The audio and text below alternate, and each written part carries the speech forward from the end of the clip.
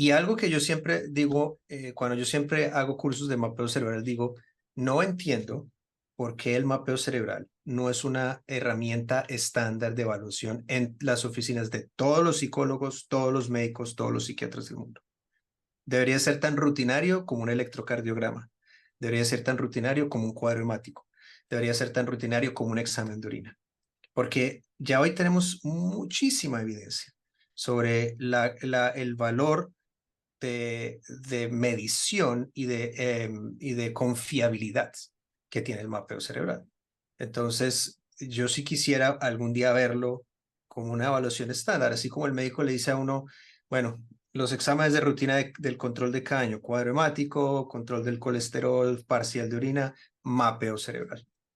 Te damos la bienvenida a Despiertamente, salud mental en tres pilares: ciencia, tecnología y psicoterapia.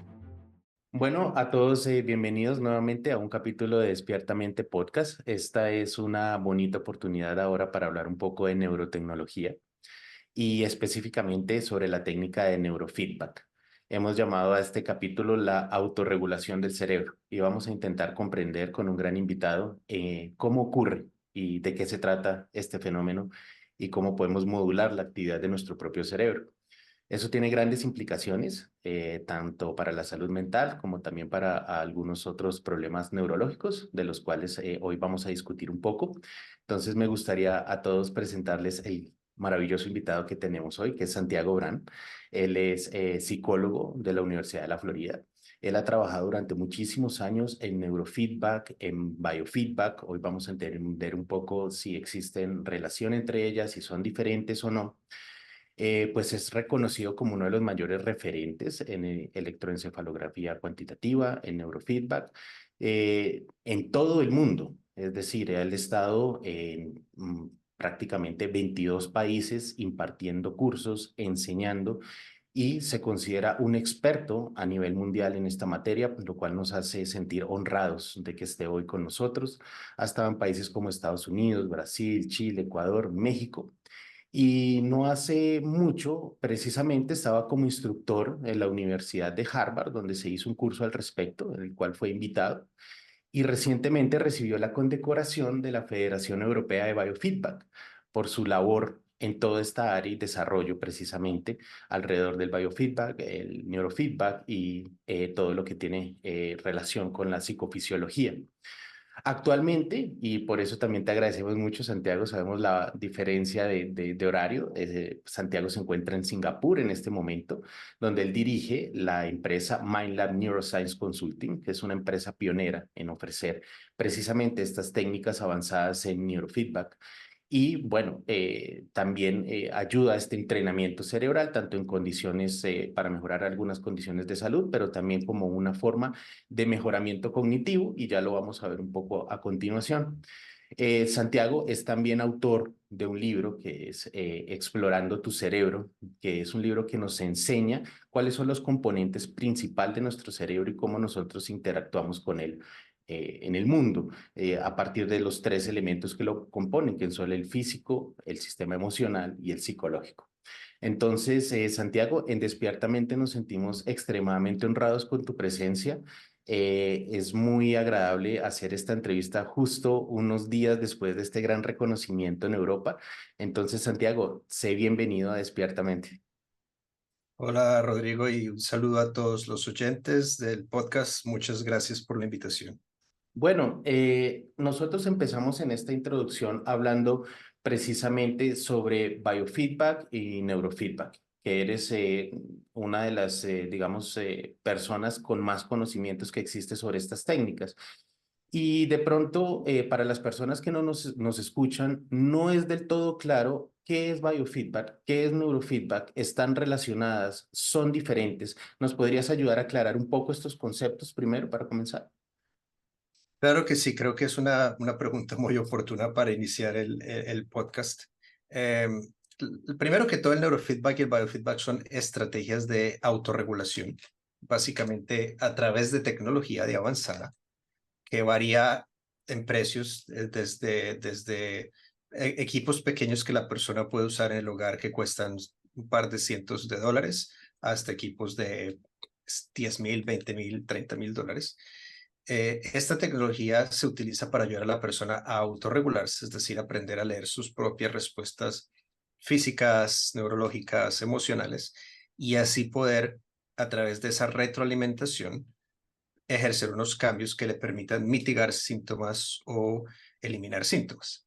El biofeedback se refiere al entrenamiento de respuestas periféricas como son la respiración, la frecuencia cardíaca, la tensión muscular, la temperatura periférica, la respuesta galvánica, que es la tasa de sudoración, la variabilidad de la frecuencia cardíaca. La persona, a través de la tecnología, tiene acceso a ver cómo el estrés, cómo el impacto de sus emociones negativas tienen una influencia sobre su cuerpo, sobre unos síntomas específicos que pueden ser síntomas de insomnio, de ansiedad y de depresión.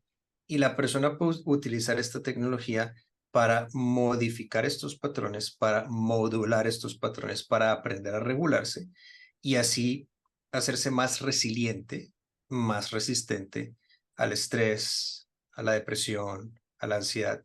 Y la persona entonces, el objetivo es que la persona lleve una vida más saludable y mucho más adaptativa. Es decir, que el estrés no se va a ir, el mundo no va a dejar de tener problemas, pero la persona ya tiene unas estrategias que le permiten navegar su entorno y navegar su día a día de manera más eficiente. El neurofeedback funciona de la misma manera, pero el neurofeedback específicamente trabaja con la actividad cerebral. Es decir, que nosotros podemos mostrar a la persona sus ondas cerebrales, la actividad eléctrica de su cerebro a través de esta tecnología, y la persona puede aprender a modular sus ondas cerebrales con los mismos objetivos: la mitigación de unos síntomas, la eliminación de unos síntomas, la optimización de su salud, la optimización de su rendimiento y la optimización de su calidad de vida. Son dos técnicas que son complementarias. Algunas personas, algunos profesionales les gusta, tienen una inclinación a hacer biofeedback, otros profesionales tienen una inclinación a hacer neurofeedback, y existimos otro grupo de profesionales que nos gusta combinar las dos herramientas, porque en mi visión y experiencia tanto personal como profesional, pienso que la combinación de estas dos estrategias es mucho más poderosa. Pero el mensaje para los oyentes es que existe ahora la forma, a través de tecnología no invasiva, que es lo más importante, que las personas pueden aprender a autorregularse. Y una de las ventajas más llamativas de esto es que la persona puede no llegar a depender de medicamentos y en muchos casos dejar de consumir los medicamentos que ya viene consumiendo durante mucho tiempo y seguir beneficiándose de los cambios positivos que esto trae. En algunos casos hay medicamentos que no se pueden eliminar ya por temas de salud, pero la persona puede reducir drásticamente y dramáticamente la dosis y al mismo tiempo está minimizando el impacto de esos efectos secundarios tanto en su cuerpo como en su cerebro. Te entiendo, Santiago. Hablabas un poco de precisamente este carácter no invasivo de las técnicas. Sabemos que existen varias técnicas no invasivas, pero hablabas de la actividad eléctrica del cerebro y eso nos hace pensar en la electroencefalografía. Tal vez algunos hemos podido escuchar de la electroencefalografía precisamente por algún tipo de examen médico, está bastante asociado con el diagnóstico de epilepsia, por ejemplo, pero hemos visto que se coloca electrofisiología cuantitativa. ¿Qué es que, digamos, cuál es la diferencia entre lo que nosotros conocemos generalmente como electroencefalografía, en la cual nosotros vemos nuestras señales producto de la actividad eléctrica, y esta electroencefalografía cuantitativa? ¿Son lo mismo? ¿Existe alguna diferencia? ¿Están basadas en técnicas diferentes? Es una muy importante pregunta también. Cuando una persona le remiten un electroencefalograma, normalmente le colocan una serie de electrodos sobre el cuero cabelludo o le colocan un gorro, y este gorro mide las ondas cerebrales. Y si las personas alguna vez han visto un electroencefalograma, son un grupo de líneas que sube y que baja, algo similar a un sismógrafo, pero lo vemos en una pantalla. Y eso lo que le refleja al usuario es el estado de su cerebro en tiempo real. Entonces, lo primero que hacemos es el electroencefalograma, mide el estado del cerebro en tiempo real y nosotros lo que hacemos es entablar un diálogo con ese cerebro. Básicamente, las ondas cerebrales nos van a decir cómo se encuentra esa persona. Uno de los valores agregados que a mí más me gusta del mapeo cerebral es que yo puedo ver a una persona por primera vez, nunca haber conocido a esta persona, nunca haber compartido con esta persona, no solicitarle a esta persona que me cuente mucho acerca de su condición y las ondas cerebrales me van a dar muchísima información acerca de su sueño, acerca de su memoria, acerca de sus estados de ánimo, acerca de su atención y concentración, acerca de su bienestar emocional. Entonces, el electroencefalograma nos permite ver un estado funcional, el funcionamiento del cerebro. La parte cuantitativa tiene que ver ya con una técnica que se creó hace más o menos unos 30 años, en los 90, en la que se toma el electroencefalograma y a través de un software especial se somete a un análisis matemático. Y ese análisis matemático básicamente lo que hace es cuantificar, convertir ese electroencefalograma en algo más tangible como números y mapas del cerebro. Entonces, lo que hacemos es convertir en mapas de colores en 2D y en 3D, donde le podemos mostrar a la persona con mucha especificidad cuáles son las áreas del cerebro que están funcionando bien y se pueden mejorar aún más, y cuáles son esas regiones del cerebro que no están funcionando bien y necesitamos modular y optimizar para que se sienta mejor. Entonces, por ejemplo, las ondas cerebrales son ondas delta, ondas teta, ondas alfa, beta, gamma, etcétera, etcétera. Y esas ondas tienen un significado especial dependiendo de la región en la que las encontramos en el cerebro y dependiendo en qué momento las encontramos en el cerebro. Cuando se hace un mapeo cerebral, se hace una medición de la persona con los ojos abiertos y luego con los ojos cerrados. Y la razón es muy sencilla, porque el estado de comportamiento y el estado de funcionamiento del cerebro debe ser diferente, tanto cuando la persona está con los ojos abiertos como cuando está con los ojos cerrados. Eso de entrada nos permite ver si hay cambios, si hay mudanzas de un estado al otro y si no las hay, cuáles son las implicaciones sintomáticas, emocionales, cognitivas para este individuo. ¿Bien? Entonces, una vez ya nosotros hacemos el proceso de recopilar la información, le podemos mostrar a la persona estos mapas que hace el proceso mucho más comprensible, mucho más didáctico, mucho más fácil de digerir para la persona, porque el electroencefalograma requiere un entrenamiento muy específico y extenso. Y al usuario al final del día no le interesan las líneas que suben y que bajan. Al final del día la persona está más interesada en las gráficas. Los usuarios responden a las imágenes y responden a los datos. Entonces, por eso sometemos, por eso se llama electroencefalograma cuantitativo, porque lo sometemos a un análisis cuantitativo que ya nos dice, mire, usted debería tener tanto porcentaje de ondas beta y tiene más o tiene menos. Queremos ver la proporción en la región frontal versus la región occipital. Entonces, eso nos permite ver si la persona está dentro de un punto ideal o neurotípico o está desviada para arriba o para abajo y cuáles son las implicaciones. De nuevo, problemas con el sueño, problemas con la atención y concentración, un pobre manejo de la ira, un bajo rendimiento académico, dificultades en sostener relaciones significativas. Básicamente es lo que ocurre en el día a día para la persona.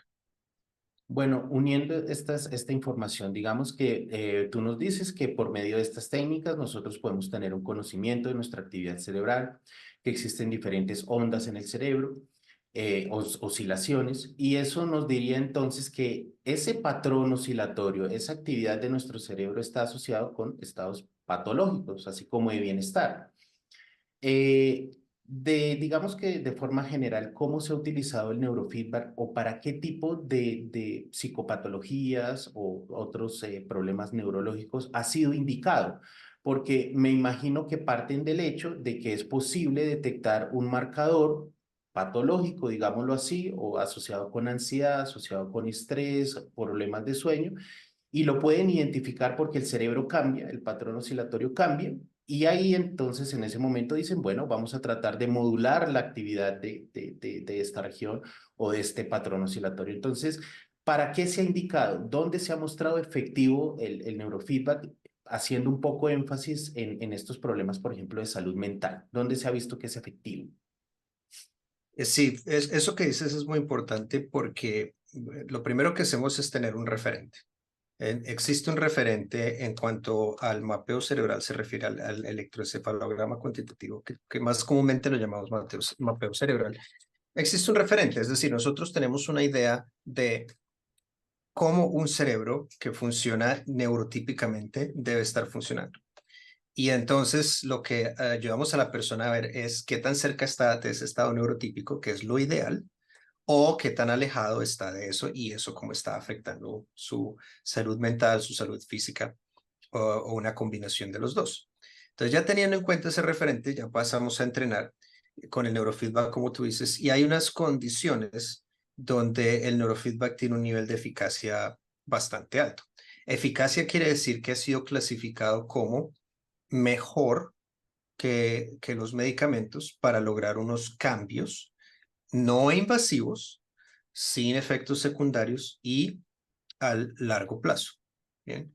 Entonces, hay ya condiciones en las que se puede tratar, se puede entrenar el cerebro y se puede modular el cerebro. Algo que me parece importante aquí recalcar es que el neurofeedback es una técnica de entrenamiento cerebral donde nosotros realmente no estamos curando enfermedades. Lo que hacemos es entrenar la actividad cerebral, modular esa actividad cerebral, optimizar esa actividad cerebral para mitigar o eliminar esos síntomas.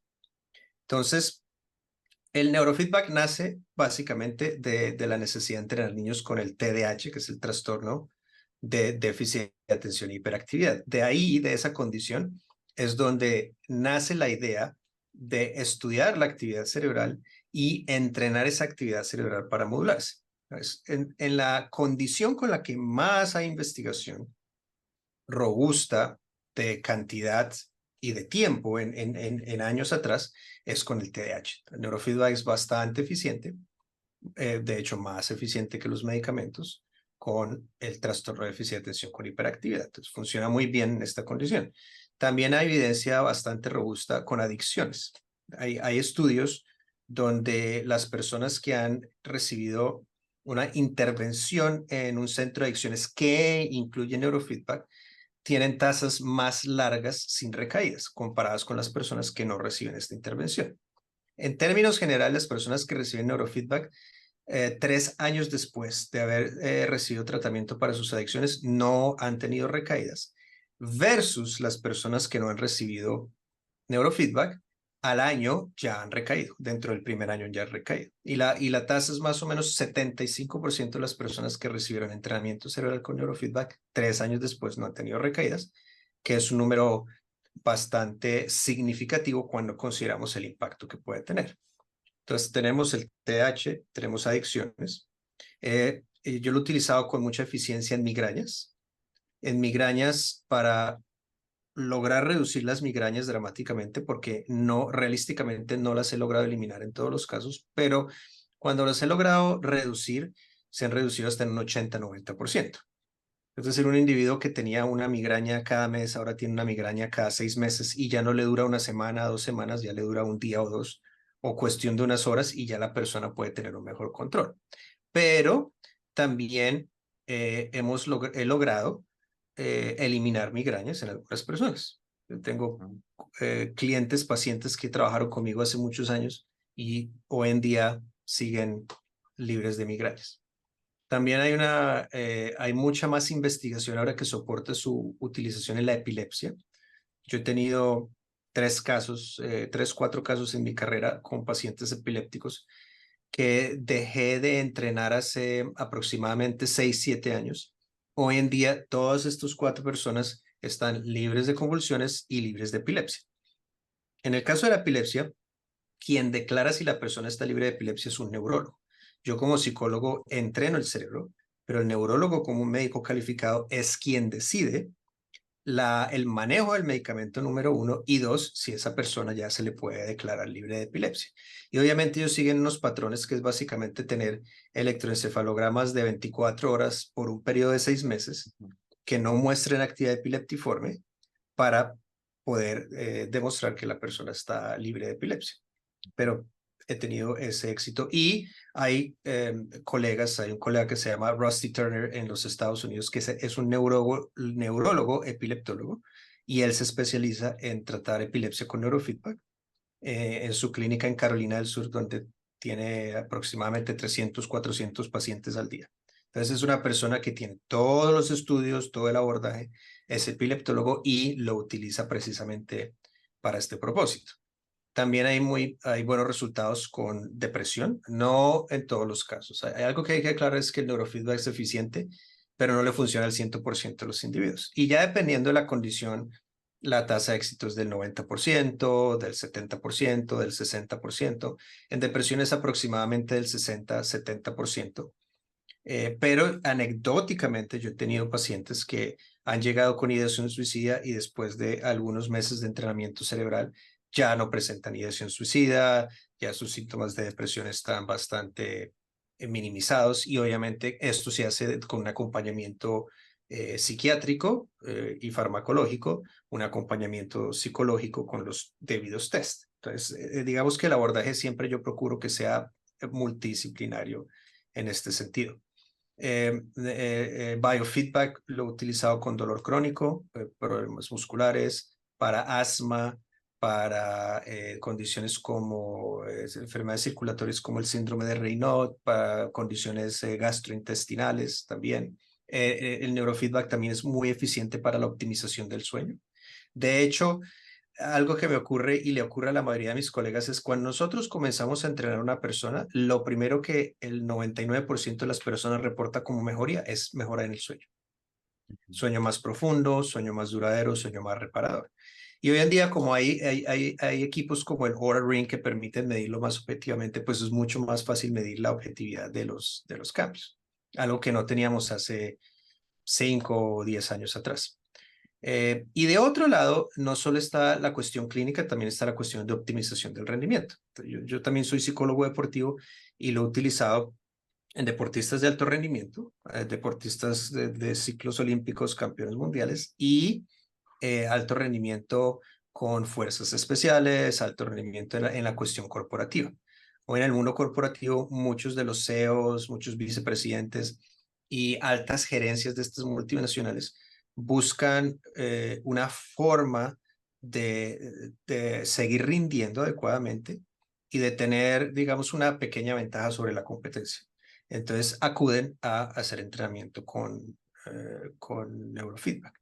Entonces tenemos el abordaje clínico que se puede dar para condiciones como TDAH, como depresión, como ansiedad, como epilepsia, trastorno obsesivo compulsivo, epilepsias, otros trastornos convulsivos, migrañas, pero también tenemos el abordaje del alto rendimiento. Entonces, una persona que no necesariamente tenga algún componente clínico, sino que está buscando rendir mejor, el presidente de una empresa, el CEO de una empresa, un futbolista, un golfista, un tenista, puede acceder a esta tecnología, a estas formas de intervención y optimizar también su rendimiento.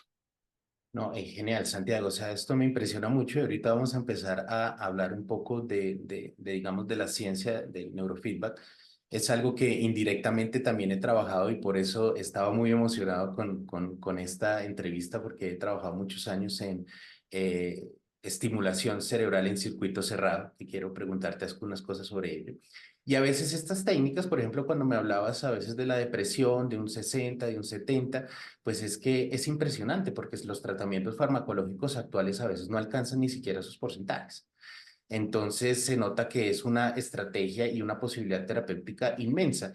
Te hago una pregunta, ¿qué tan extendida está esta técnica? Es decir, cuando nosotros vamos de pronto a otro tipo de psicólogos, no psicólogos, bueno, como tú que tienes esta experiencia, psiquiatras, neurólogos, ¿es indicada el neurofeedback? ¿Es, digamos, algo que se le ofrece a los pacientes de forma generalizada o en este momento sigue siendo una técnica un poco más exclusiva, más de esa área neurotecnológica que de pronto no ha llegado a todo el mundo?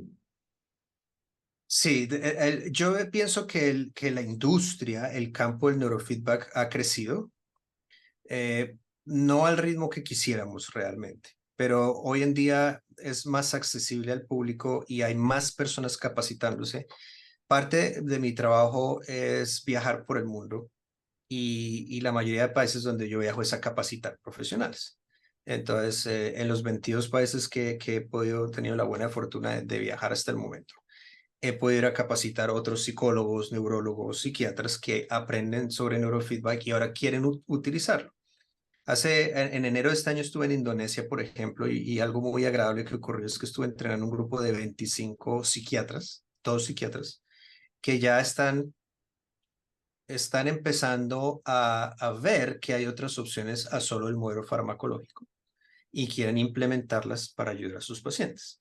Y ahora en julio vuelvo a viajar a capacitar un grupo de neurólogos, Ujú. que es algo que hace unos años era muy raro ver. Y todavía, de hecho, hay mucha resistencia por parte de psiquiatría y neurología con el neurofeedback, pero ya se está dando más apertura.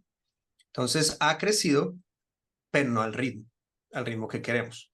Y parte del esfuerzo que hago yo y otros colegas es pues correr la voz y mostrar al mundo que esto es una técnica que tiene soporte científico, ¿no? Que tiene investigaciones detrás. Es decir, nosotros estamos utilizando lo que es basado en la evidencia, no que alguien creó y se creó una moda alrededor de eso y se utiliza porque es lo que está en este momento.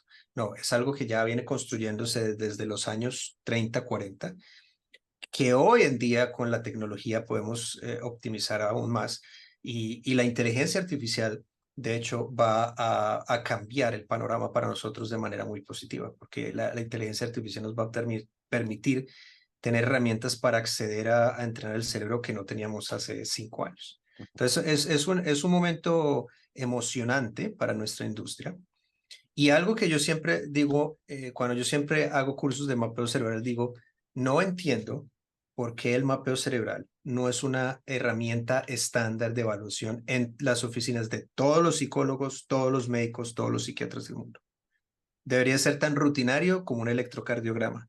Debería ser tan rutinario como un cuadro hemático. Debería ser tan rutinario como un examen de orina. Porque ya hoy tenemos muchísima evidencia sobre el valor de medición y de confiabilidad que tiene el mapeo cerebral. Entonces, yo sí quisiera algún día verlo como una evaluación estándar, así como el médico le dice a uno, bueno, los exámenes de rutina del control de cada año, cuadro hemático, control del colesterol, parcial de orina, mapeo cerebral. Porque muchas veces las personas se sorprenden en encontrar cosas que no tenían ni idea les estaban ocurriendo. Y uno de los factores determinantes del mapeo cerebral es la capacidad de diferenciar o discernir entre síntomas, pero también de ayudar a la persona a descubrir cosas que no asociaba a otras condiciones, es decir, esa comorbilidad, esa correlación que existe.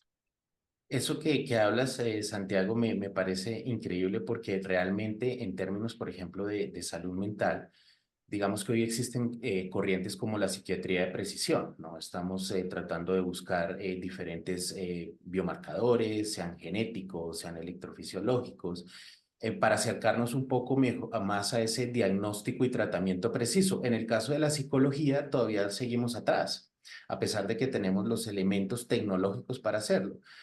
Tú hablas de algo que nos daría para una discusión totalmente distinta y es precisamente sobre la generación actual y próxima generación de psicólogos, en la cual las herramientas cuantitativas deberían incorporarse en la educación. Y es que muchas veces la educación del psicólogo, de pronto algunas personas se sienten intimidadas porque, digámoslo de una u otra forma, si nosotros vemos estas técnicas de mapeo cerebral con electroencefalografía, precisamente la persona a la cual se le entrega esta información está bien con los gráficos, pero a veces resulta una responsabilidad del profesional saber qué ocurre con esas señales, cómo se están procesando, qué es lo que dicen, qué es señal y qué es ruido. Y a veces eso puede resultar un poco intimidante. Entonces yo creo que poco a poco sí, se va a ir incorporando porque necesitamos también precisión en nuestra área, pero yo creo que es algo inevitable y personas como tú lo están mostrando, que es un momento de utilizar precisamente la tecnología para dar tratamientos de precisión. Sí, ese es un punto muy importante porque la resistencia por parte de algunos profesionales, tanto psicólogos como psiquiatras, pero particularmente en la psicología, se da por dos frentes. Uno, que es el sentirse intimidado por la tecnología, como dices tú, porque realmente esto no es algo que sea tal vez asequible o que no todo el mundo tenga interés en aplicarlo. Pero la persona que no tiene interés sí puede trabajar en equipo con alguien que se esté interesado en aplicarlo.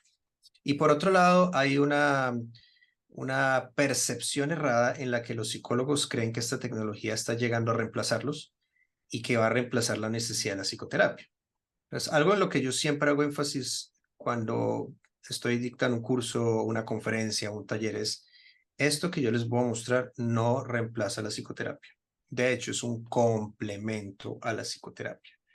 Estas técnicas más psicoterapia es mucho más poderoso que ellas independientemente. Cualquier estrategia que tú combines de manera holística y responsable es mucho más poderosa que una intervención individual.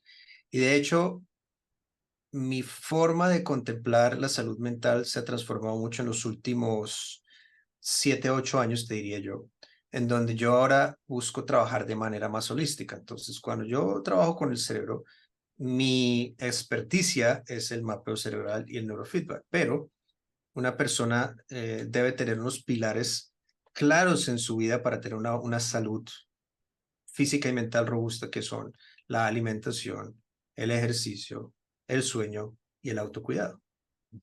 ¿Sí? Y yo siempre procuro es hacer neurofeedback de la combinación de ejercicio, combinado, perdón, con ejercicio físico, con un buen sueño, con una buena nutrición y con un buen autocuidado. En la medida que las personas hagan pequeños ajustes en cada uno de estos pilares, la tecnología ayuda a que las intervenciones sean mucho más eficientes.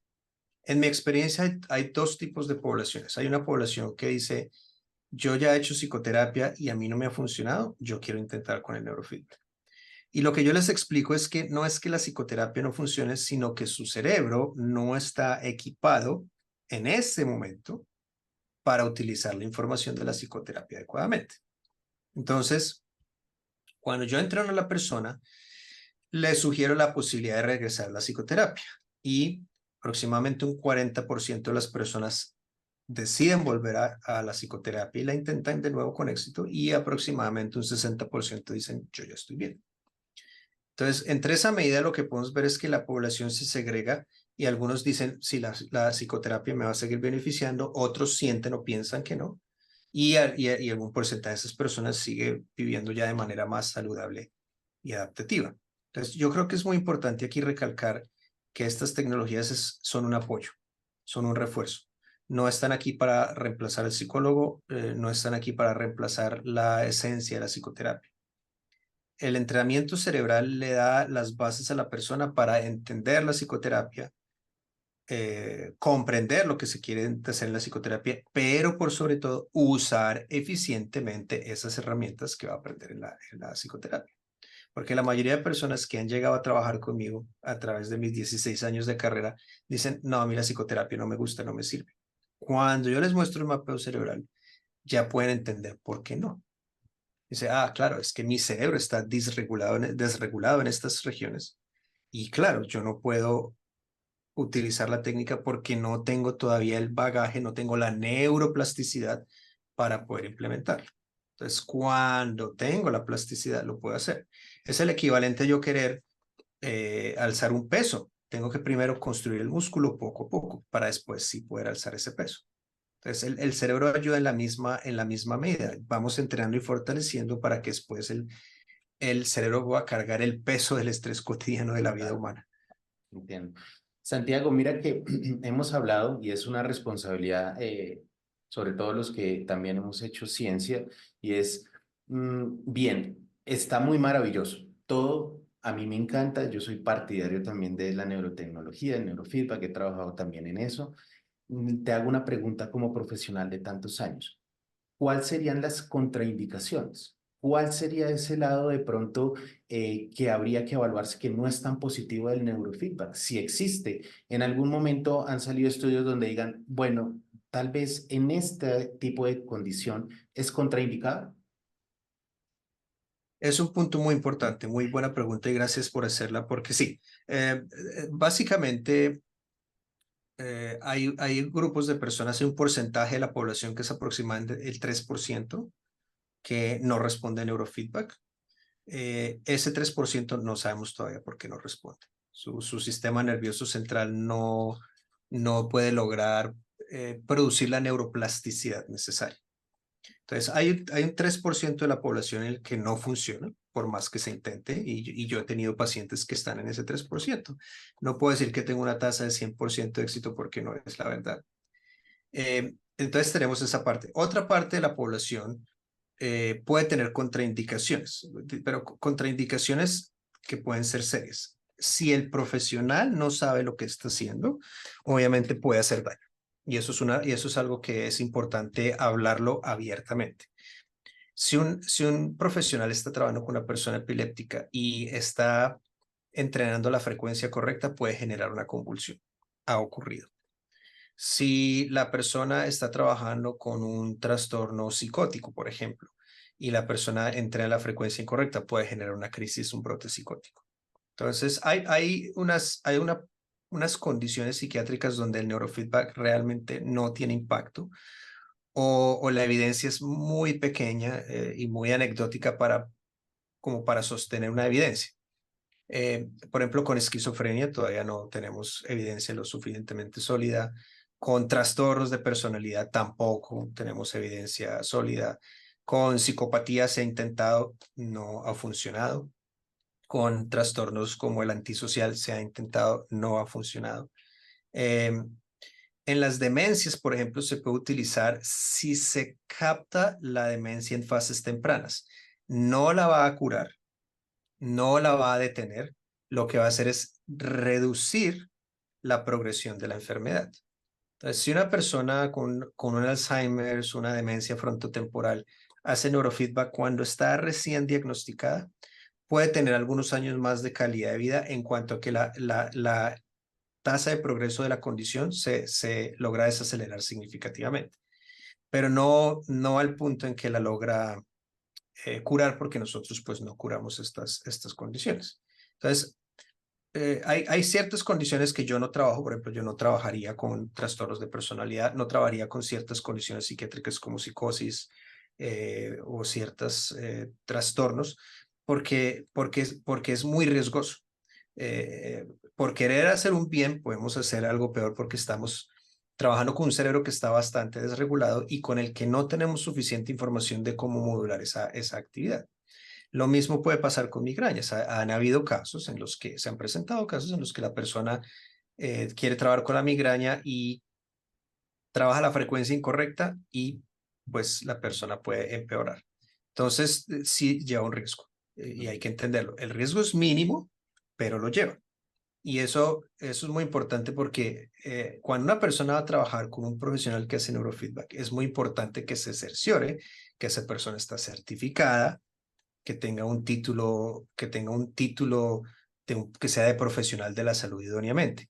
Desafortunadamente hay mucho intrusismo como en todas las industrias y hay personas que no tienen títulos de la rama de la salud haciendo esto que pueden cometer errores muy significativos porque comienzan a permear y involucrarse en el trabajo clínico sin ninguna experiencia, sin ningún tipo de acreditación.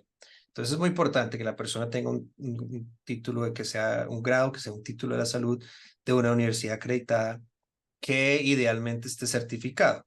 La organización internacional que regula o que certifica más bien a las personas en neurofeedback y biofeedback es la BCIA, que tiene su sede en los Estados Unidos, y la IQCB, que es para el mapeo cerebral.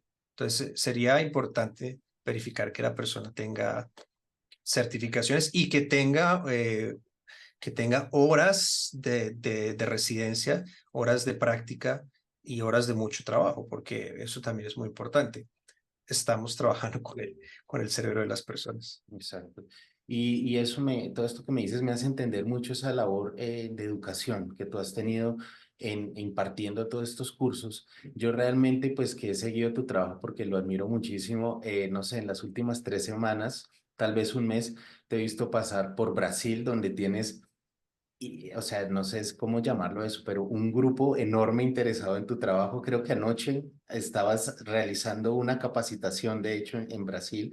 Yo también estudié en Brasil un tiempo, entonces he visto que te mueves mucho allá en UK, después estuviste en Europa y todo esto tratando de mostrarle a las personas cómo se debe hacer para evitar, por ejemplo, este tipo de efectos no deseados. Es decir, el equipo es necesario, pero la capacitación es igualmente necesaria. Sí, es supremamente importante. Brasil es un país donde tengo bastantes seguidores, es un país que ha sido muy bueno conmigo.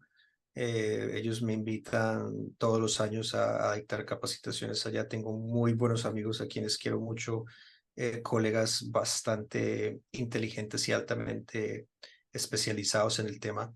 Y es una sociedad que constantemente se está preocupando por capacitarse y hacer las cosas éticamente. Algo que yo admiro mucho de mis colegas brasileños es eso, que ellos no escatiman en costos en traer y en llevar a las personas más calificadas de Estados Unidos, de Europa, del Asia. Y son muy cohesivos en qué término, en que ellos quieren aprender y saben que esa capacitación tiene un costo, que es una inversión que ellos están dispuestos a hacer. Y tanto en Brasil como en cualquier país que yo visito, mi visión siempre es mostrarle a la gente cómo considero yo que se hace el trabajo de manera responsable y de manera ética. Ujú, Y lo que más yo recalco a los profesionales con los que yo trabajo capacitando es eso.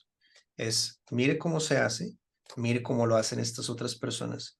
Ustedes deciden.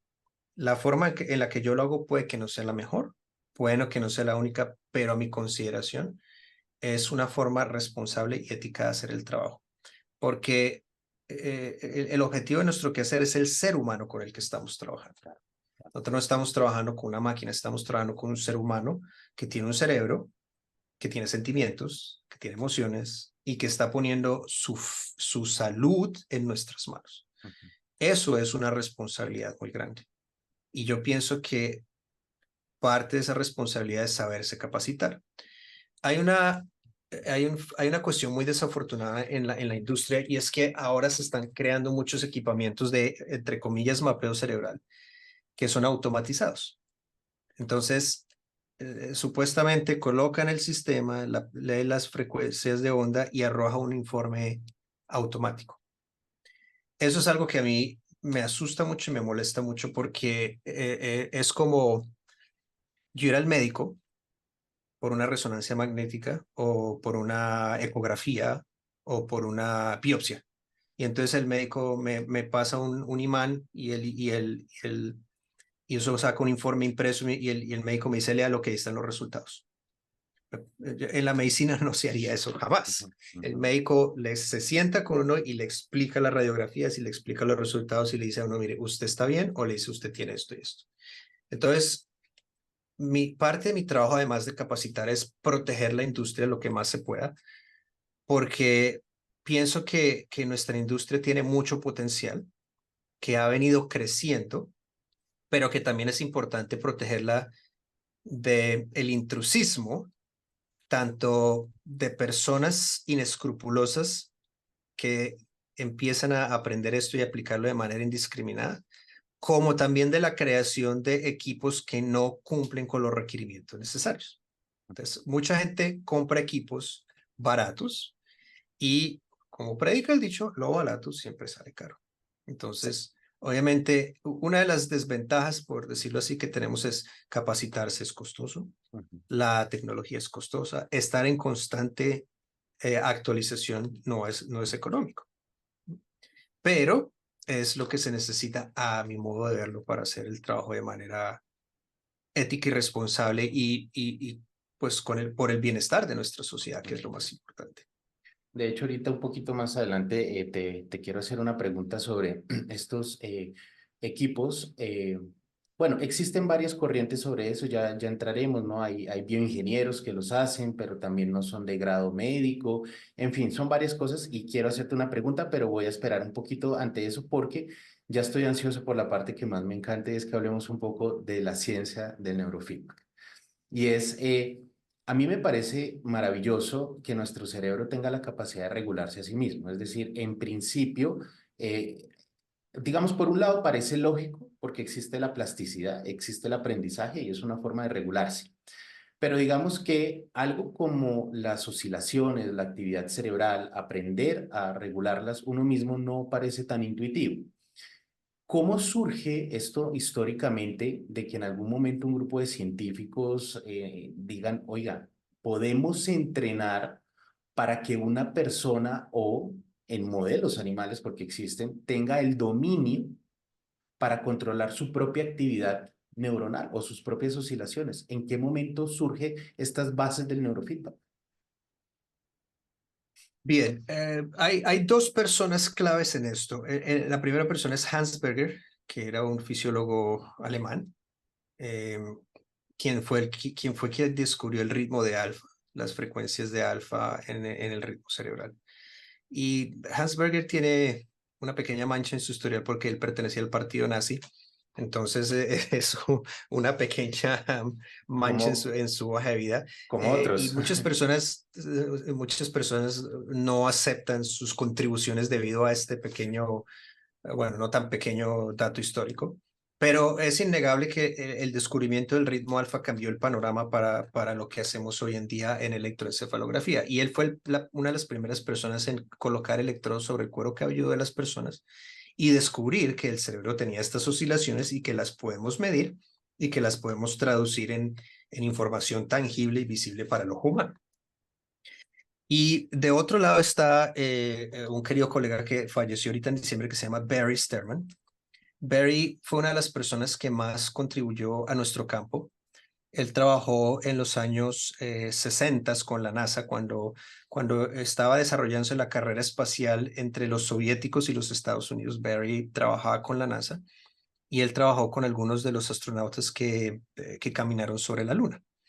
Eh, este estudio de cómo los humanos podemos entrenar nuestras ondas cerebrales nació por accidente. Resulta que eh, en las misiones espaciales, los astronautas volvían diciendo cosas muy particulares. Y esto era obviamente mantenido top secret en la época, todo era completamente secreto. Pero los astronautas volvían reportando alucinaciones y reportando visiones muy extrañas mientras estaban en órbita. Y lo que descubrieron era que el combustible que utilizaban para los cohetes estaba generando este tipo de problemática. Coincidencialmente, Barry Sterman había hecho una investigación con gatos y cuando no era tan, cuando los comités de ética no eran tan fuertes como ahora, él tomó un grupo de gatitos y ese grupo de gatitos los inyectaban con combustible de avión y se dieron cuenta que los gatos empezaron a convulsionar. Pero curiosamente, algunos gatos no convulsionaron cuando les inyectaban el combustible de avión. Y esos gatos habían estado en un estudio de neurofeedback con Barry Sterman. Barry Sterman descubrió una onda cerebral que se llama el ritmo sensoromotor, que ocurre en la corteza sensoromotora.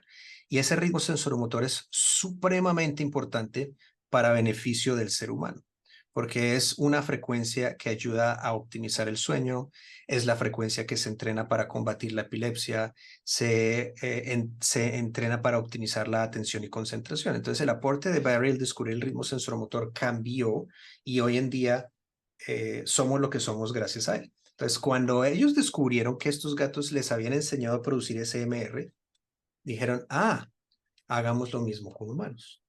Entonces empezaron a los humanos a enseñarles a hacer más SMR y ahí entonces nacieron los primeros estudios de cómo enseñarle a los humanos a modular su propia actividad cerebral, pero también empezaron a descubrir lo que eran los inicios del neurofeedback que hoy utilizamos para el entrenamiento cerebral contra epilepsia y muchas otras condiciones.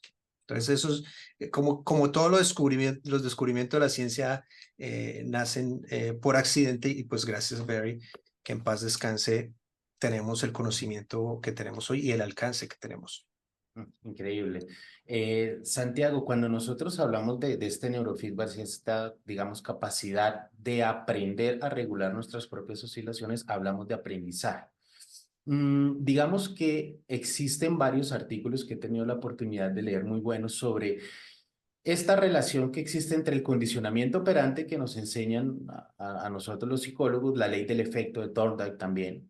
Me acuerdo que no hace mucho salió un artículo maravilloso en Science sobre la ley del efecto, precisamente en interfaces cerebro-máquina. Ya vamos a hablar un poquito de eso. Y nos dicen que realmente esos dos tipos de aprendizaje son esencial para que se genere el neurofeedback. ¿Cuál es la relación entre este tipo de condicionamiento operante, ley del efecto, con el neurofeedback? Exactamente cómo funcionan? ¿Cuál es lo que los une? Pues de hecho, el neurofeedback es 90%, 95% condicionamiento operante. La base del condicionamiento operante, para los oyentes que no están familiarizados con el concepto, es si yo quiero que una conducta se amplíe, la refuerzo, la premio. Y si quiero que una conducta se extinga, la suprimo o la castigo. Esa premisa, obviamente que se extiende mucho más allá de, pero esa premisa básica es la que utilizamos en neurofeedback. Hoy en día, ¿cómo funciona? Hoy en día podemos entrenar el cerebro con una película. Entonces, yo le coloco los 2 o 3 sensores en la cabeza a la persona, dependiendo de las áreas del cerebro que yo esté interesado en intervenir. Y esos electrodos están conectados a un amplificador que a su vez está conectado a un computador, que a su vez está conectado a un televisor. Es decir, yo estoy aquí frente a mi computador viendo una información y el paciente está sentado en una silla viendo un televisor. Yo voy a recibir la información del cerebro, el paciente va a recibir la información del juego. Entonces, la película comienza a andar y se puede configurar de diferentes formas. Vamos a tomar un ejemplo. Vamos a asumir aquí en esta región de la coronilla, que es donde comúnmente entrenamos para sueño, atención y concentración. Vamos a asumir que tengo un paciente con insomnio. Entonces le coloco un electrodo aquí para entrenar las ondas beta. Los pacientes con insomnio tienen muchas ondas rápidas en esta región y lo que buscamos es desacelerarlas un poco. Y le coloco 2 electrodos aquí en las orejas. Entonces, la película funciona cuando el individuo logra hacer que sus ondas beta bajen. Yo en mi pantalla estoy viendo el electroencefalograma y estoy viendo un montón de barras. Entonces, cada vez que las barras de onda beta se suben, ¿qué va a pasar con la película? La película se puede oscurecer o la película se pausa o la pantalla se encoge. Yo puedo configurar cómo quiero que ocurra la retroalimentación. Y cuando la persona logra relajarse y hacer que las ondas beta bajen, entonces la película vuelve a funcionar. Ese es el principio básico de ese condicionamiento operante. Yo le estoy diciendo al cerebro, cerebro, entre menos ondas beta, vamos a poder ver la película. Cuando hay ondas beta, la película se para. Entonces, el cerebro, a través de esa repetición, va aprendiendo a modificar el patrón. La pregunta que probablemente te va a surgir, porque es una pregunta que le surge a todos, es ¿cómo es el mecanismo? No lo conocemos a profundidad. La mejor forma de explicarlo es la persona se sienta y deja que el cerebro tome el control de la situación. Entonces la persona, ya cuando el cerebro entiende el trabajo, empieza a funcionar como en un piloto automático, que básicamente es esa misma memoria que yo desarrollo cuando me amarro los zapatos. Ya después de años de amarrarme los zapatos, yo ya no pienso cómo amarrarme los zapatos, ya no pienso cómo cepillarme los dientes. Si yo llevo conduciendo un vehículo muchos años, yo no pienso cómo hacerlo. Entonces, esa misma automatización se desarrolla en el cerebro y entonces el cerebro modifica el patrón. ¿Eso qué trae? Eso trae cambios en la conducción de los neurotransmisores, eso trae cambios en la conductividad eléctrica entre las neuronas, cambios positivos, y eso crea nuevas redes neuronales. Cuando nosotros hacemos neurofeedback, nosotros podemos ver cómo nacen neuronas y se comunican. Entonces estamos cambiando el cableado en el cerebro y la persona genera un patrón mucho más saludable de manejo emocional, un patrón más saludable del sueño, de atención y concentración, de manejo de la ira, de lo que sea que estamos trabajando. Oye, Santiago, eso me lleva a preguntarme que inicialmente la persona en que comienza a hacer el neurofeedback realmente no sabe qué está ocurriendo. Es decir, es inicialmente un aprendizaje no consciente, por lo que tú me dices, como que el cerebro toma, a veces no puedo manejar bien las dualidades, ¿no? Pero digamos que el cerebro toma el piloto, digámoslo así, pero la persona, digamos que no tiene una conciencia exactamente de lo que está ocurriendo. O sea, comienza como un aprendizaje inconsciente, podríamos decirlo, y después se ejercita hasta el punto que se vuelve inconsciente por largos periodos de tiempo, o en algún momento la conciencia viene a jugar un papel. Muy buena pregunta. La conciencia viene a jugar un papel en algunos momentos, pero después de ciertas sesiones el proceso es totalmente inconsciente y automático. Ya, perfecto. En Eh, cuanto al entrenamiento se refiere, la persona después puede hacer decisiones conscientes acerca de lo que hace con ese entrenamiento. De hecho, en las primeras sesiones las personas siempre preguntan, ¿y qué hago? Y yo le digo, no haga nada, que lo que sí. confunde más a la persona. Mm, Aproximadamente una persona se tarda entre 5 y 10 sesiones en lograr a ya captar cuál es la idea del proceso, porque ya su cerebro le comienza a transmitir el mensaje. Pero es inevitable que en las primeras 5 a 10 sesiones la persona siempre está intentando hacer que algo pase conscientemente. Y de eso, sigue, por favor, por favor. No, entonces es como cuando tú vas a aprender a tocar la guitarra. Al principio, tú cuando tocas la guitarra, cuando estás haciendo las notas, haces mucha presión y mucha tensión en los dedos. Después, y a medida que vas mejorando, se va relajando y se va relajando y se va relajando. Pero al principio, todo destreza que nosotros aprendemos a un principio siempre es un esfuerzo consciente. Y siempre queremos hacer el esfuerzo consciente. Entre más la repetimos, más automático se hace ese proceso. El neurofeedback funciona exactamente de la misma manera con el cerebro. Al principio la persona me dice, ¿qué hago? Yo le digo, concéntrese y relájese. Y la persona me dice, ¿cómo hago eso? Yo le digo, vea usted. Porque es que el proceso de aprendizaje de cómo llegar a ese punto varía de persona a persona. Entonces yo no quiero intervenir, yo quiero que el cerebro encuentre ese camino por sus propios medios.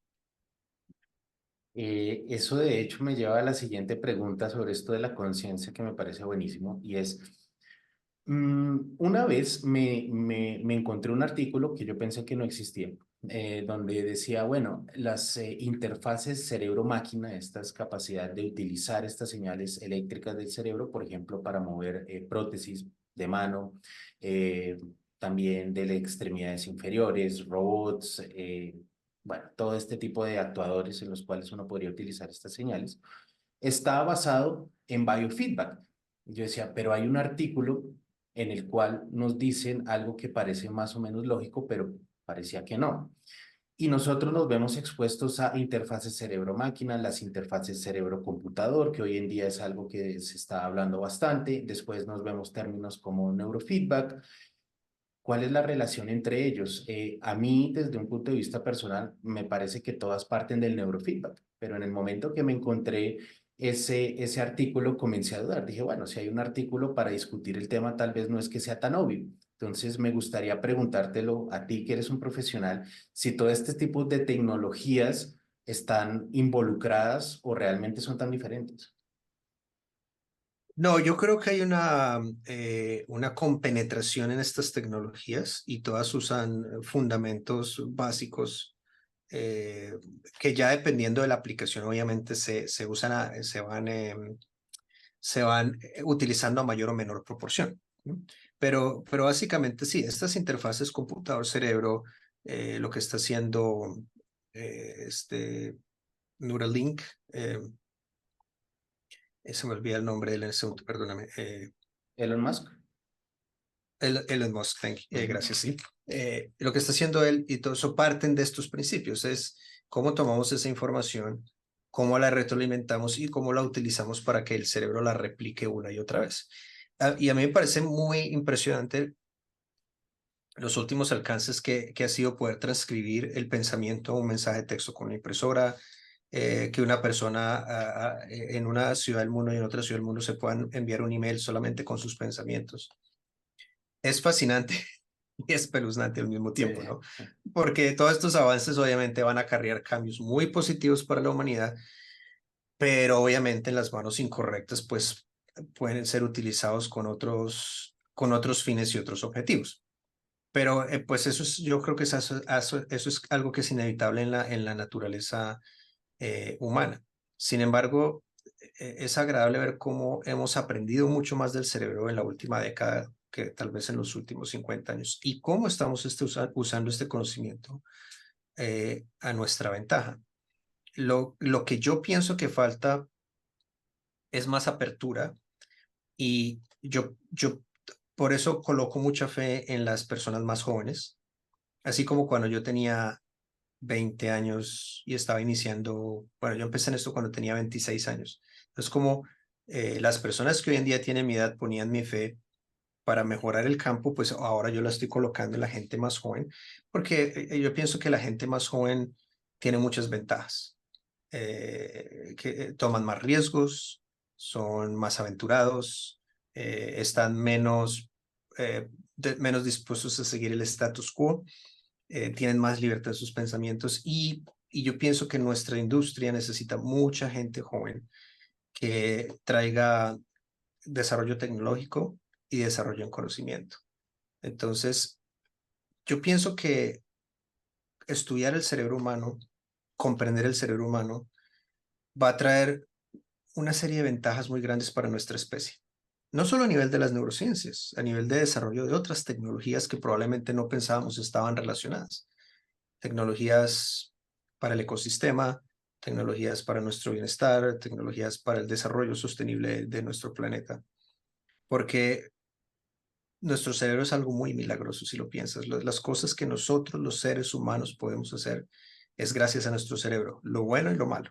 Obviamente que yo quiero quedarme con lo bueno y, y yo pienso que si seguimos propiciando este desarrollo, podemos todavía cambiar el curso de nuestra especie y darnos un chance de mejorar, y eso obviamente por las generaciones que vienen atrás.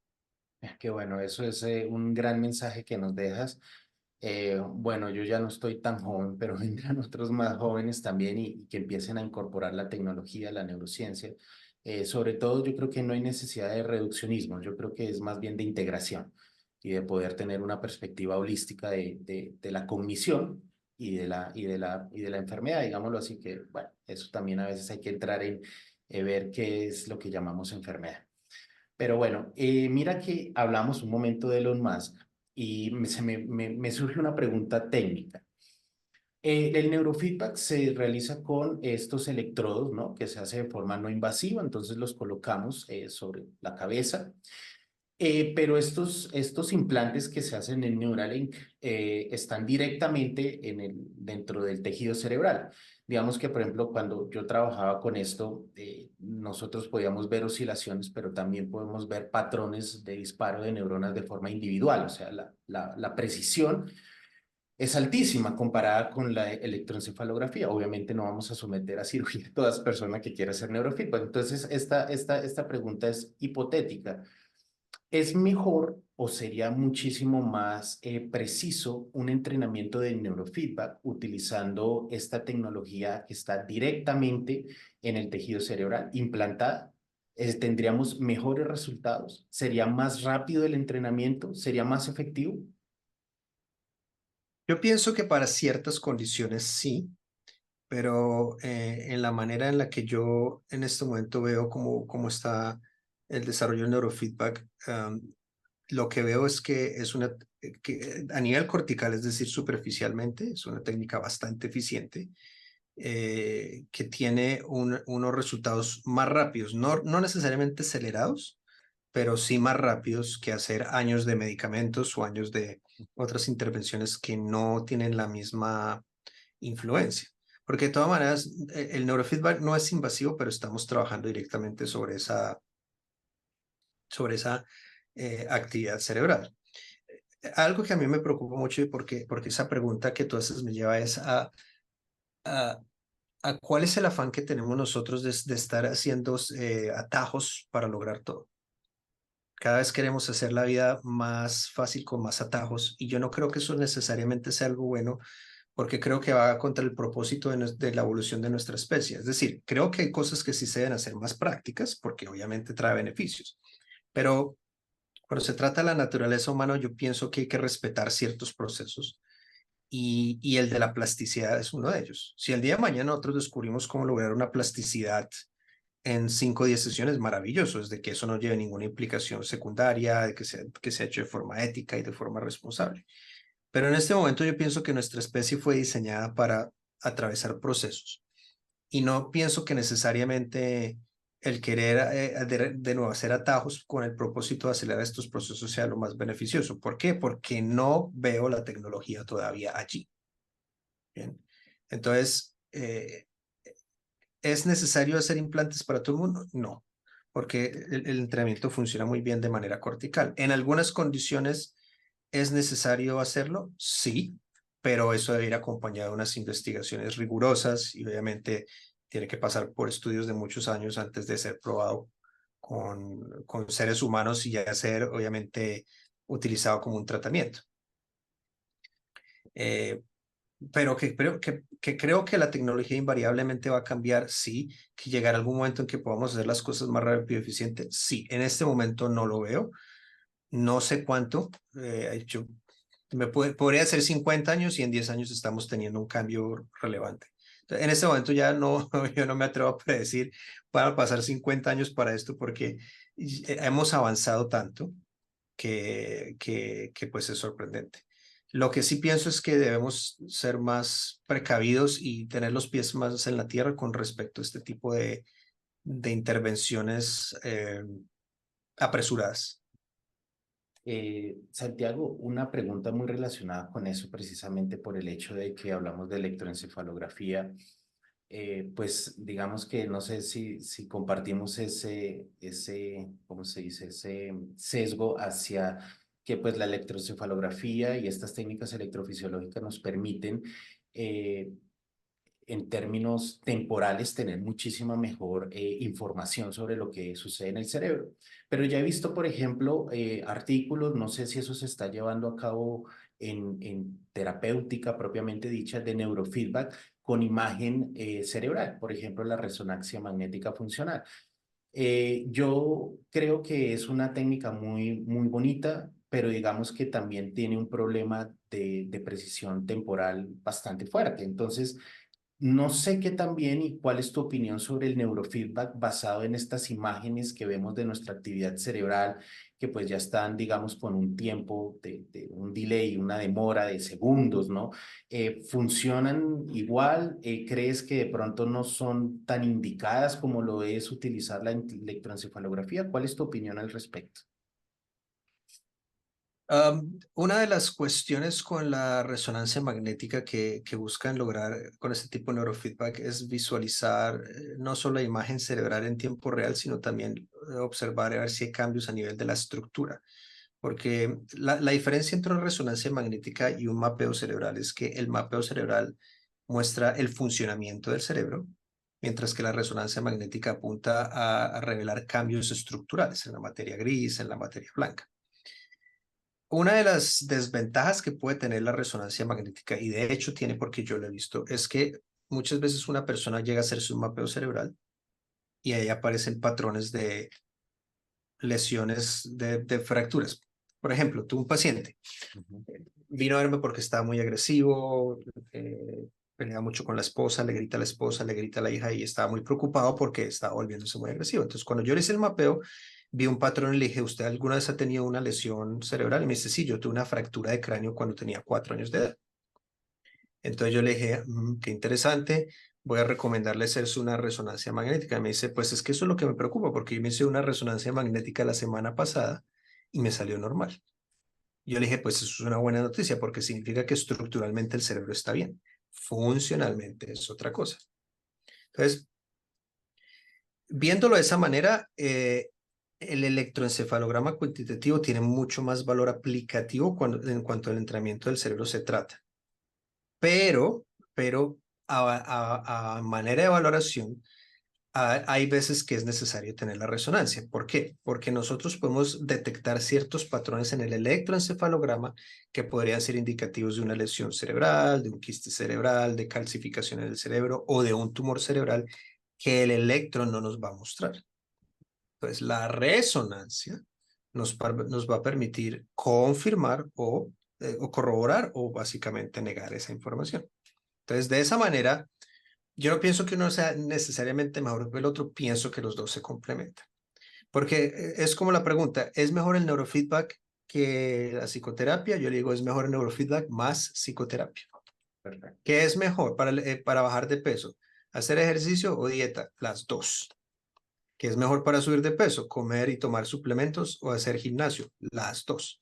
Entonces, desde esa perspectiva, lo importante entender es que las diferentes variantes que tenemos de imaginería, de entrenamiento cerebral, tienen ventajas y desventajas y limitaciones. Entonces, es importante saber cómo podemos integrarlas en el trabajo. Yo siempre he sido, en mi experiencia profesional, mucho más partidario de las intervenciones integrativas, una combinación de elementos. Bueno, Santiago, poco a poco nos acercamos al final, cosa que realmente no quiero, pero comprendo la diferencia de horario. Y te quería hacer una pregunta con esto de la inteligencia artificial, que lo tocábamos en algún momento. ¿Cómo crees que va a evolucionar el campo del neurofeedback con estos avances? ¿Cuál es tu perspectiva? ¿Cómo esto, digamos, va a llevar a tal vez a mejores intervenciones, mejores análisis? ¿Cuál es tu opinión de esto? Es un muy buen punto porque es algo relativamente controversial. Hay una empresa en Corea con la que que trabajo, soy parte del equipo de asesores científicos, ellos se llaman iMedicine. Y ellos crearon un casco de electros secos que no necesitan gel para electroencefalograma y tienen un algoritmo que utiliza inteligencia artificial para limpiar el electroencefalograma, que es bastante avanzado, sí, que se ve que le han trabajado, sí, que lo han ido mejorando y perfeccionando en el tiempo, sí, que reemplaza la necesidad de que un ser humano revise visualmente el electroencefalograma, para mí todavía no. Yo pienso que la inteligencia artificial nos va a ayudar mucho a hacer nuestro trabajo más práctico y que podamos ver más gente sin sacrificar calidad en el servicio. Pero pienso que eso es a futuro. De nuevo, yo te puedo decir 20 años y puede que esté ocurriendo en 5 o en 10. Entonces, a futuro, yo pienso que la inteligencia artificial va a tener un papel muy importante en neurociencias y en salud mental, porque va a permitir agilizar ese proceso, de nuevo, sin sacrificar la calidad de servicio y el valor de la interacción humano a humano. ¿Pienso que está ahí todavía? No. De hecho, ya han hecho intentos de utilizar inteligencia artificial en la limpieza y en la interpretación del electroencefalograma y todavía no han podido desarrollarlo. ¿Lo desarrollarán algún día? Sí. ¿Puede que sea pronto? También. Yo no estaría en contra de eso desde que no estemos sacrificando calidad y veracidad a la información y que haga nuestro trabajo más fácil, porque una realidad es que cada vez nuestro mundo es mucho más ocupado y más acelerado. Entonces, si tenemos la ventaja de hacer más con menos, pues eso es bienvenido. Yo no creo que haya una persona que esté en contra de lograr más trabajo, de lograr más productividad trabajando menos. Pero que estamos ahí, no. Y desafortunadamente, hay algunas personas que piensan que ya estamos ahí como los equipos que te digo, que son automatizados en la en la generación de los informes. Por ejemplo, me escribió una persona desde Colombia hace poco y me dijo, Santiago, mire, es que a mi hijo le hicieron un mapeo, ¿le puedo por favor enviar la información? Yo le dije, claro que sí, con mucho gusto. Entonces me envió el supuesto mapeo por el email. Y era una hoja de Excel donde copiaron y pegaron unos datos y aparecían un montón de números. Entonces decía beta, delta, gamma. No había electroencefalograma. Y abajo, el informe autogeneró unas recomendaciones de suplementación. Entonces decía, suplemente con zinc, suplemente con esto y suplemente con lo otro. Eso es lo que a mí me preocupa en este momento. Que como basado en unos números, sin ni siquiera mirar el electroencefalograma real, estamos haciendo unas recomendaciones de suplementación, que es algo muy delicado. Y la persona que estaba haciendo esto no es un médico. Entonces, ahí es donde yo veo que hay un problema grande y ahí es donde yo busco mucho combatir todavía eso, porque no estoy en contra de la tecnología, pero pienso que la tecnología todavía no está ahí al punto que algunas personas lo quieren hacer creer. Y eso es muy delicado porque no, estamos trabajando con el cerebro de una persona. Y Santiago, eso me llevaría precisamente a lo otro que comenzábamos hablando. Está en este momento pues tenemos un aumento de los tipos de dispositivos que podemos utilizar en la casa. Tenemos estimuladores de corriente directa, alterna, tenemos formas de hacer estas interfaces cerebro-computador, mover drones, hacer EEG, todo lo podemos ahora hacer en casa. ¿Cuál es tu perspectiva de estas, digamos, tecnologías y de aproximarnos a esto por nosotros mismos todo el tiempo, de pronto sin una guía, sino solamente basados en las compañías, en las empresas? ¿Qué opinas de esta tendencia a todo hacerlo por nosotros mismos, que a veces es bueno, pero en este caso, ¿cómo funciona? Sí, como te decía, en este momento yo no veo la tecnología eliminando la necesidad del profesional. Para mí es muy interesante poder volar un dron con el cerebro y esto a manera de juego me parece fenomenal o a manera de investigación me parece fenomenal. Ya la aplicabilidad es una historia completamente diferente. Y como te digo, puede que en un futuro ya el terapeuta sea obsoleto. A futuro, de nuevo, ¿cuántos años? No te sabría decir.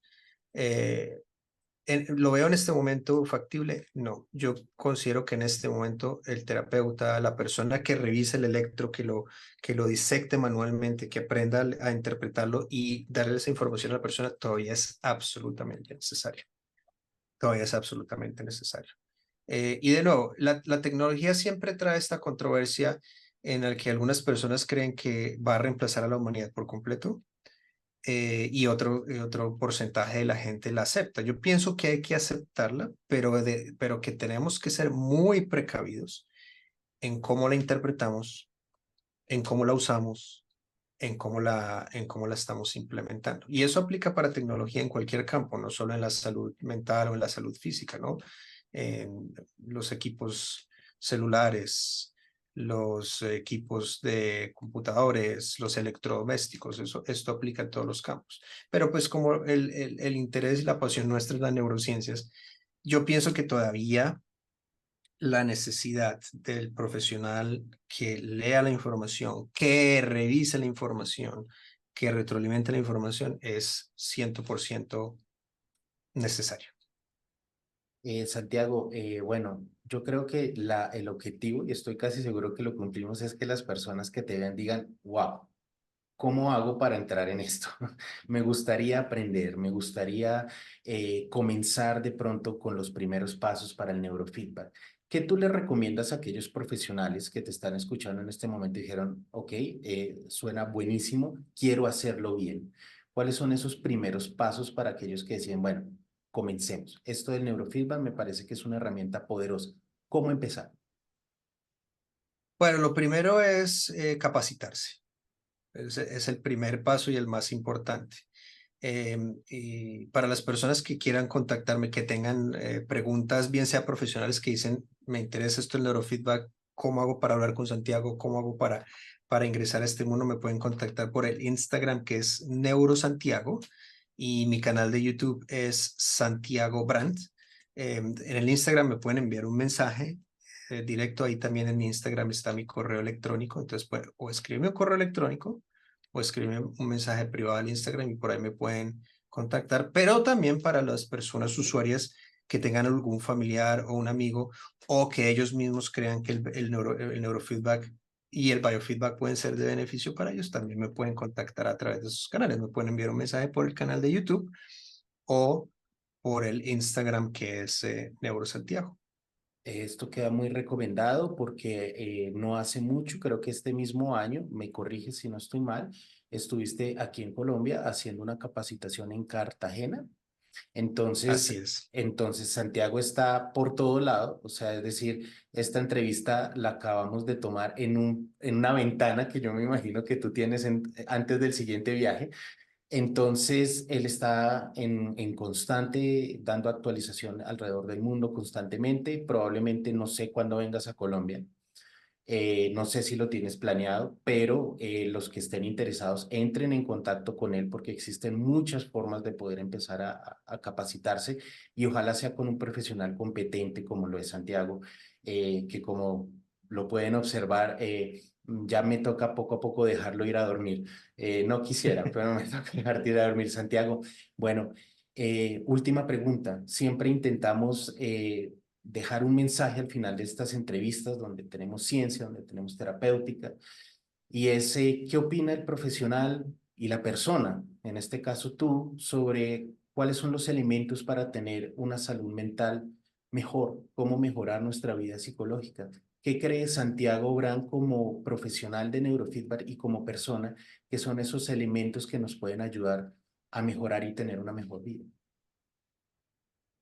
Bueno, algo que yo siempre recomiendo mucho, que me gusta recomendar mucho, es que la persona haga lo que quiera, siempre y cuando eso no sea ni inmoral ni ilegal. Porque pienso que muchas personas viven en un mundo donde están presas de las opiniones de los demás, de las sugerencias de los demás, y se dejan guiar mucho por lo que dictamina la sociedad sin seguir su propio corazón. Yo pienso que el paso más importante para estar lo más saludable y lo más feliz es hacer lo que uno quiere, siempre y cuando eso no sea ni inmoral ni ilegal. Y que no debería importar la opinión de los demás, de nuevo, desde que lo que yo esté haciendo no sea ni inmoral ni legal. Porque por experiencia propia puedo decir que hay un grado bastante agradable de libertad cuando uno escoge seguir su propio corazón, independiente de lo que las personas digan. Algo que me aconteció hace un par de años es, ya yo empecé a dejar de ver más pacientes. Yo en este momento ya no veo pacientes hace un año, porque a mí lo que empecé a descubrir que lo que a mí realmente me apasiona es enseñar. Digo, hice 16 años de trabajo clínico y no lo hubiera hecho si no me gustara, pero ya empecé a estar cansado del trabajo clínico y dije, necesito una transformación en mi vida, y esa transformación es, voy a hacer la práctica clínica y voy a dedicarme a 100% de mi tiempo a enseñar, a capacitar. Es decir, ahora voy a, si se da la posibilidad de incrementar mis viajes. Y obviamente cuando se lo comenté a algunos colegas y familiares y amigos me dicen, pero usted sí va a vivir de eso, pero ¿qué va a pasar si no le sale? Pero esto, pero lo otro. Yo decidí, con todo el respeto y el cariño que les tengo, que no me importara, y afortunadamente hoy pues tengo la buena fortuna de vivir 100% de esto y de tener afortunadamente una agenda ocupada, tanto aquí en Singapur, en el Asia, como alrededor del mundo. Y estoy cumpliendo un sueño que siempre quise, que era viajar por el mundo, enseñar y conocer. Pero eso no hubiera sido posible si yo no hubiera seguido mi corazón. Si yo me hubiera dejado llevar por las opiniones de estas personas que con buenas intenciones, porque me quieren, lo hacen, no estaría donde estoy en este momento. Y en 16 años he tenido muchas personas que me han dicho, no se puede hacer, y lo he logrado. Entonces yo pienso que el mensaje más importante es escuchen su corazón, hagan lo que ustedes quieran, no importa qué piensen sus papás, no importa qué piensen sus abuelos, no importa qué piense el vecino, qué piense el tío, qué piense el profesor del colegio. Sigan su corazón desde que lo que quieran hacer no sea ni inmoral ni legal. Yo pienso que hay parte, ya hace parte de la verdadera felicidad de una persona. Santiago, muchísimas gracias. Yo creo que eso eh, nos da motivación a muchos, precisamente porque a veces son tantas las voces que no escuchamos la voz interior. Nos sucede Así muchísimo. es, Santiago, así es. muchísimas gracias. Estamos desde Despiertamente totalmente agradecidos contigo.